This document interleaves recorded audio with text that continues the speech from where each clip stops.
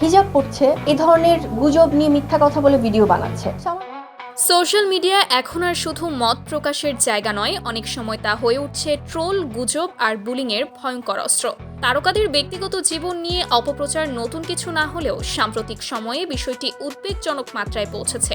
এতদিন সবকিছু নীরবে সহ্য করলেও এবার আর চুপ থাকলেন না চিত্রনায়িকার স্বপ্ন বুবলি। রাজধানীর একটি শোরুম উদ্বোধন অনুষ্ঠানে প্রকাশ্যে ক্ষোভ জানিয়ে তিনি স্পষ্ট করে দেন, এভাবে আর চলতে দেওয়া যায় না। বুবলি বলেন, সবচেয়ে কষ্টের বিষয় হলো নারীদের দ্বারাই নারীরা বেশি আক্রমণের শিকার হচ্ছে। তিনি আক্ষেপের সুরে জানান, ইদানিং মেয়েরাই মেয়েদের নিয়ে কটাক্ষ, ট্রোল আর মিথ্যা গল্প ছড়াতে বেশি সক্রিয়।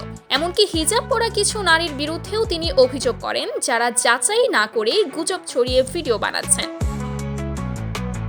বুবলির ভাষায় এটি শুধু একজন মানুষকে ছোট করা নয়, বরং ধর্মীয় মূল্যবোধকেও আঘাত করা। ইসলামে গীবতকে যে কত বড় অপরাধ বলা হয়েছে সেটাও তিনি স্মরণ করিয়ে দেন।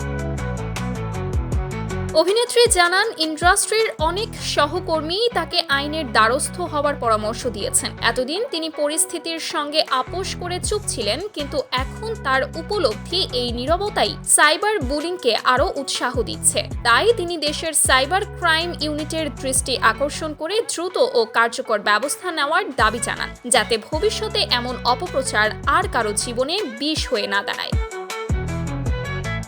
অনুষ্ঠানে রাজনৈতিক বিষয়েও নিজের অবস্থান পরিষ্কার করেন বুবলি। তিনি জানান, তিনি কখনো কোনো রাজনৈতিক দলের সঙ্গে যুক্ত ছিলেন না এবং ভবিষ্যতেও থাকার পরিকল্পনা নেই। তার মতে, মানুষের পাশে দাঁড়াতে হলে রাজনীতির ব্যানার দরকার হয় না, যে কোনো পেশা থেকেই সমাজের জন্য কাজ করা সম্ভব।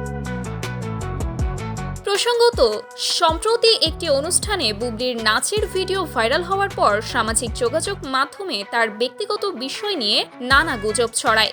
বেবি বাম্প থেকে শুরু করে পুনরায় মা হওয়া, সব মিলিয়ে কটূক্তির মাত্রা ছাড়িয়ে যায়। ধারণা করা হচ্ছে সেই অভিজ্ঞতাই তাকে এবার কঠোর অবস্থান নিতে বাধ্য করেছে।